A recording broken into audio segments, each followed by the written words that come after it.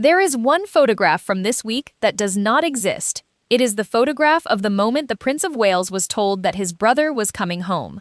No camera was in the room, no courtier has described it. And that silence, that deliberate, disciplined, ice-cold silence, is the single most important thing that has happened inside the House of Windsor in 6 years. Because on Thursday, August 20th, William walked into Balmoral Castle with his wife and his 3 children, past the estate gates, past the waiting press pens, and said absolutely nothing. Kate said nothing, their office said nothing, and in the royal family, when a working principal says nothing at all, it is never because there is nothing to say.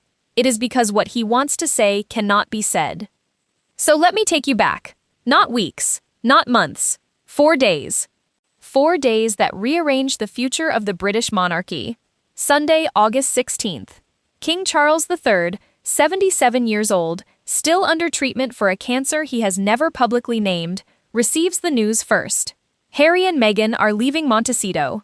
Not for a visit, not for a charity gala.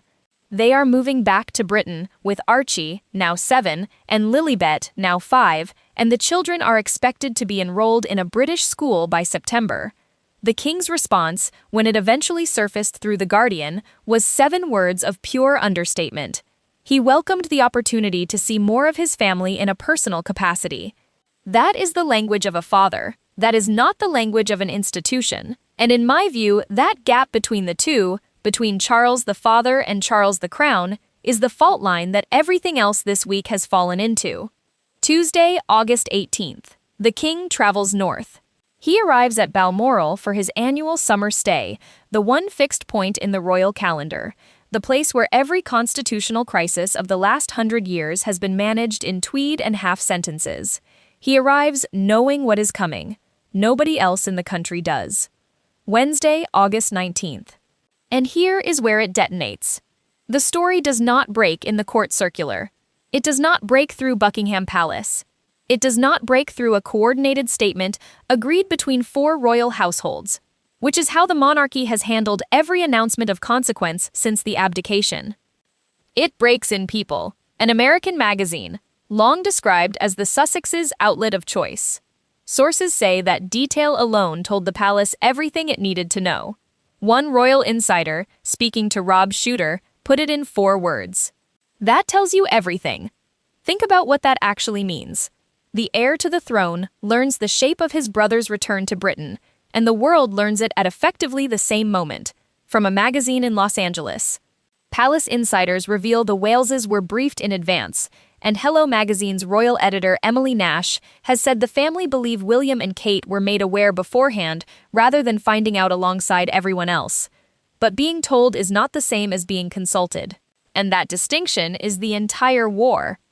Now let me draw the lines, because from this point forward, you need to know exactly who is standing where. On one side, King Charles, a man in his 70s, in treatment, running out of the one commodity no monarch can legislate for, which is time. He has met his younger son twice in the last 2 years. He has held his grandchildren. Sources close to the king describe a man who has made a calculation that most fathers in his position would make, which is that reconciliation now is worth almost any institutional cost later. On the other side, William and Catherine, and this is where I want to be very precise, because the tabloid version of this story gets it lazily wrong. William is not angry because his brother is coming home. William is angry because of the arithmetic. Christopher Anderson, who wrote Brothers and Wives, told Us Weekly this week that all he can think is, here we go again. He said he can only imagine William and Kate are tearing their hair out, and he identified the precise mechanism of the damage. The Sussexes, he said, will absorb every bit of oxygen in the room. They will generate tabloid story after tabloid story, and they will pull the national spotlight away from the other working members of the family. That is not jealousy. That is a structural problem.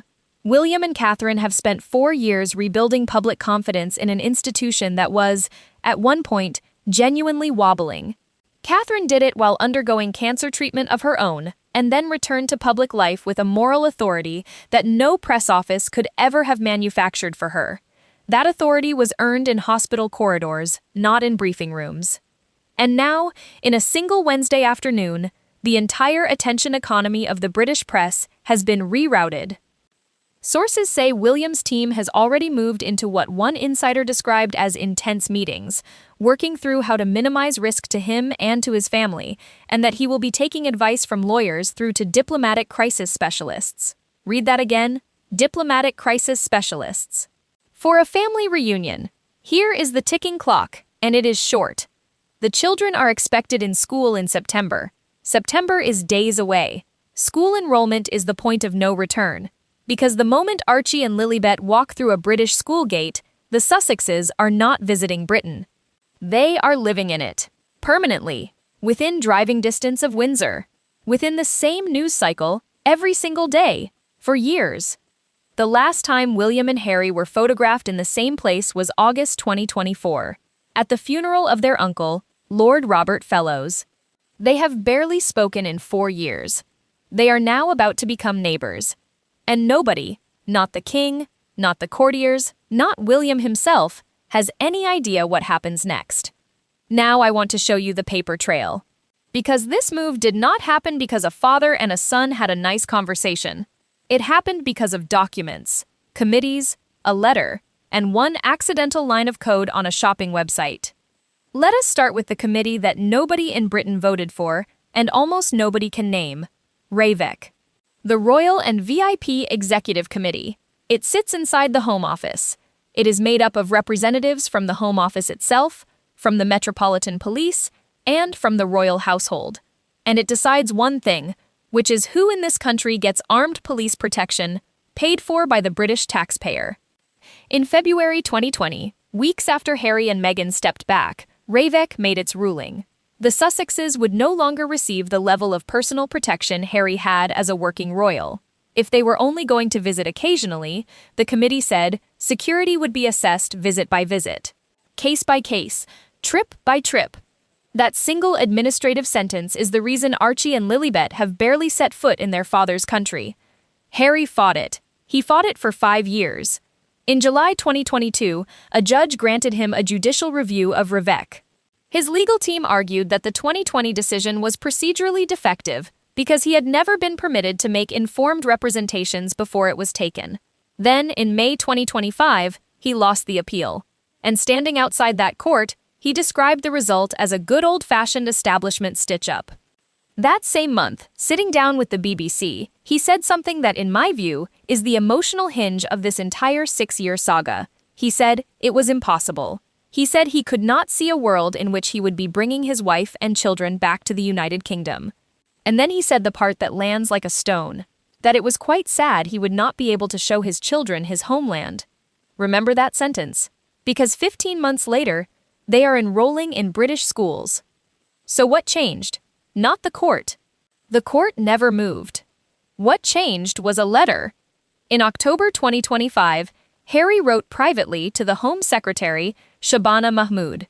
Not a lawsuit, not a press statement, a letter requesting a full reassessment of his security arrangements. And here is the legal insight that almost every royal commentator missed at the time. A court appeal challenges a decision. A letter to the Home Secretary challenges the process. And governments will revisit a broken process long before they will overturn a ruling that judges have already upheld. The gap Harry's team found was procedural. Sources familiar with the process say the Sussex family had not been given a formal, comprehensive security risk review since 2019. 6 years. No updated intelligence file, no refreshed threat assessment, a vacuum in the record. You cannot argue with a judge about that, but you can absolutely argue with an administrator about it. And then reality did the rest of the work. According to people briefed on the review, REVEC examined new intelligence and recent incidents involving the Duke's movements in Britain. Central to that reassessment was an episode during a UK visit in September 2025, when a woman is reported to have gained close physical access to Harry at a public engagement. Sources say a second approach days later was stopped only by the intervention of a private security guard. Not palace politics, not tabloid noise. An operational failure, logged, in Britain, with witnesses.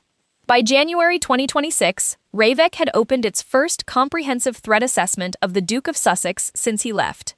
People familiar with the process indicated the committee had concluded he now met the threshold for full protective coverage on UK visits, with officials suggesting reinstatement was effectively settled subject to procedural finalization. Palace insiders reveal what everyone in Kensington understood immediately. If that protection came back, the last physical barrier to a permanent return came down with it. Now the money. Because sources say this move is not only about family. In early 2026, a technical glitch on the website of Meghan's As Ever brand briefly exposed live inventory counts. Shoppers could see the remaining stock, and within hours, amateur analysts had reverse-engineered the sales figures. Reports put revenue from the fruit spread line alone at £26.7 million. I want you to sit with how strange that is. The most scrutinized business launch in the world, and its numbers were revealed not by an accountant, not by a leak, not by an insider, but by a broken line of code on a shopping cart page. Set that against the other side of the ledger. The Spotify partnership, cancelled. The Netflix arrangement, reduced from what it once was. And Harry, in January 2026, back in the witness box in London for a second time, testifying in his case against the Daily Mail's publisher, telling the court that British tabloids had made his wife's life an absolute misery. During those proceedings, it emerged that William and Catherine had themselves been named as alleged targets of phone hacking. Read that again, because it is the single most complicated fact in this entire story. In a London courtroom, the estranged brothers were, technically, on the same side. Insiders reiterate that the calculation underneath everything is financial, and that Harry understands his father is the one person alive who can make his family's life materially easier. And there is one more date in the file that nobody at Kensington Palace has mentioned out loud. The Invictus Games open in Birmingham on the 10th of July 2027. They close on the 17th, which happens to be Queen Camilla's 80th birthday. To understand what happened this week, you have to understand what Balmoral actually is. It is not a holiday home. It is the one place on earth where the British monarchy makes decisions without a press office in the room. 50,000 acres in Aberdeenshire, owned personally by the sovereign, outside the Crown estate, outside government control. Every serious crisis of the modern monarchy has been settled there, in walking boots, over 3 days, in sentences that were never written down. And this year, the family gathered there with a decision already made, by one man, without them. Because here is the constitutional reality that nobody has said plainly enough. King Charles did not consult the institution. He informed it. Sources say the sequence was Charles first, on Sunday the 16th, the Waleses afterwards, the world on Wednesday, and the palace machinery, the 4 private offices, the senior courtiers, the communications secretaries whose entire professional existence is built around controlling exactly this kind of announcement, were left holding a statement they never got to write. That is the power shift. Not Harry coming home, the king acting alone. And in my view, you cannot understand why he did it without understanding the clock he is reading. Charles is 77. He has been in treatment for a cancer the palace has still never named. He has been king for less than 4 years after waiting 70. He last saw Archie and Lilibet with any regularity when they were infants. Archie is 7 now. Lilibet is 5. A monarch counts in reigns. A father counts in birthdays. And this week, the father won. Now, the other side of the table. Because William is not the villain of this story, and any channel telling you he is selling you a cartoon. William is doing something far more interesting. He is playing a longer game than his father is, and he is playing it in complete silence. Palace insiders reveal that within hours of the news breaking, William's team moved into what one source described as intense meetings, working through how to minimize risk to him and his family, and that he would be seeking advice from lawyers through to diplomatic crisis specialists. And then came the line that should stop you cold. According to that same reporting, whatever arrangement Charles now makes with Harry, William has no intention of allowing it to remain in place once he is king. Sit with that. It means the heir is treating his own father's decision as temporary. It means there are now 2 royal timelines running in parallel, and they do not agree. That is not a family argument. That is a succession problem. Sources say William also suspects something more specific, which is that the Sussexes believe they can eventually be accepted back onto the royal roster, not overnight, but over years. Insiders describe him as stunned that his brother would think the door is even slightly open. And so William has chosen the only weapon that has never failed the House of Windsor. He has said nothing. On Thursday the 20th, he and Catherine drove into Balmoral with George, Charlotte, and Louis. Zara Tindall and Peter Phillips were already there with their families, and from Kensington Palace, as Hello Magazine's royal editor Emily Nash observed, there has been complete radio silence. Understand what that silence is doing. Every hour William says nothing, the British press has to fill the vacuum with speculation, and speculation about the Waleses is speculation about the future of the monarchy, which is the exact frame William wants. He has refused to become a character in his brother's story. He has made his brother a character in his. Which brings me to Catherine. And this is where I want to be direct about something, because I think most royal coverage gets it completely backwards.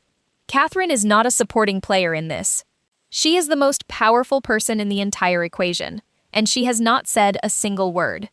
Look at the numbers, because they are extraordinary. In the most recent YouGov polling, the Princess of Wales topped the popularity list in Britain for the first time, at 68% positive opinion. William second at 62. Internationally, she ranked second among the most popular public figures in the world, behind only the late Queen Elizabeth II, ahead of Barack Obama, ahead of Volodymyr Zelensky, and the royal family as an institution sits far below her. Now understand how she earned that.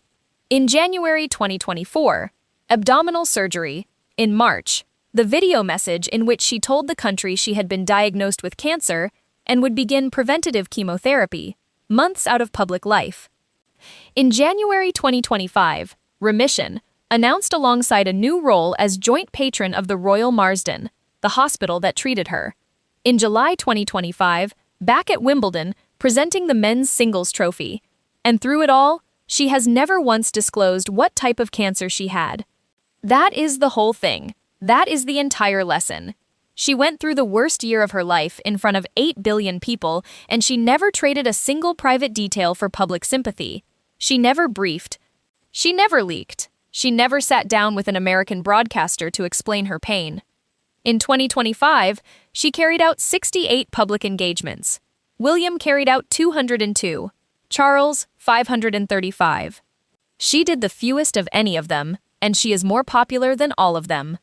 That is what emotional authority looks like. It cannot be bought with a Netflix contract. It cannot be manufactured by a communications team. It is earned by what you refuse to say. So when the palace bureaucracy panics this week, when the courtiers scramble, when the private offices brief and counterbrief, remember that the two most consequential people in this story, Catherine and Charles, have between them issued one sentence about a father wanting to see his family. Everything else you are hearing is noise from people with less power. Now let me tell you about the sentence. When The Guardian reported the king's reaction, it came down to a handful of words. Charles welcomes the opportunity to see more of his family in a personal capacity. I want you to read those last 4 words again. In a personal capacity. That is not warmth. That is architecture. Because in the language of the British monarchy, personal capacity is a legal boundary. It means this is the man, not the crown.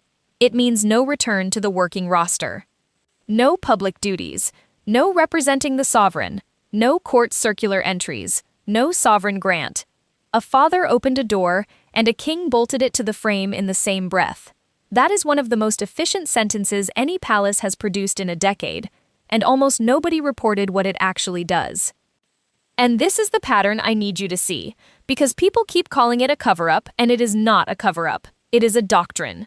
Look at the evidence. King Charles has been in treatment for cancer for more than 2 years, and Buckingham Palace has never disclosed the type. The Princess of Wales went through diagnosis, chemotherapy, and remission in front of the world, and Kensington Palace has never disclosed the type. The Revec decision on Harry's protection will not have its terms published, because security determinations are classified for operational reasons. The Sussexes' new British address is being withheld, on security grounds. 4 of the biggest facts in this story. all confirmed to exist. None of them explained. Sources say that is not concealment for its own sake. It is the oldest survival mechanism the House of Windsor has. Never confirm. Never deny, never explain. Buckingham Palace declines comment on anything the family considers private, and it has done so with such consistency for so long that the absence of a statement has itself become a form of statement.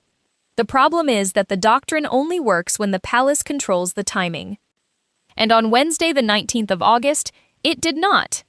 Which brings me to the thing that is actually keeping courtiers awake this weekend. Not the return, the address. According to the Daily Mail, a British home has already been quietly arranged for the Sussexes. It carries no royal affiliation whatsoever. It is not a royal residence. It is not on the Windsor estate. It is a private property outside London, and its location is being withheld for security reasons. The move is expected within roughly 2 weeks, and Archie and Lilibet are due to start at a British school. Understand what that means, because it is the single most consequential detail in this entire story. For 6 years, every visit Harry made to Britain existed inside the institution's control. Where he slept, what protection he received, which family members he saw, all of it ran through palace machinery. Frogmore Cottage was owned by the Crown Estate. That was the leash. In January 2023, days after Spare was published, the eviction process began. By June that year, they had fully vacated. The couple's spokesperson confirmed they had been requested to leave. Buckingham Palace, true to doctrine, said nothing at all. At the time, everybody read that as the king closing the door on his son. 3 years later, it turns out to have been something else entirely. It cut the last string. Because Harry is now coming home to a house the crown does not own, cannot enter, and did not choose. He is inside the country and outside the institution, simultaneously, for the first time in the modern history of the monarchy. So here is where we leave it. 3 dates. Write them down. The first is September, days from now, when 2 children walk into a British classroom, and this stops being a story about a family argument and becomes a permanent feature of British national life. The second is whenever Harry next appears in public in Britain. Because the terms of the Revec decision will never be published, security analysts have pointed out that the first real public indicator of what was decided will be visible to anyone with eyes. Count the officers. That is the answer. And the third is the one that nobody in any royal household will discuss on the record. The Invictus Games open in Birmingham on the 10th of July, 2027. Harry founded them. Harry has reportedly wanted the king to take part in the opening ceremony, and the games close on the 17th of July, which is Queen Camilla's 80th birthday. 1 week, 1 city, the most emotionally loaded event in Harry's public life, ending on the birthday of the woman his memoir treated more harshly than almost anyone else. Somebody is going to have to decide where the family stands that day, and whatever they decide will be photographed from 400 angles. And behind all of it, the line from William's camp that still has not been walked back. That whatever arrangement his father makes now, he does not intend for it to survive his own accession. Charles is building a peace.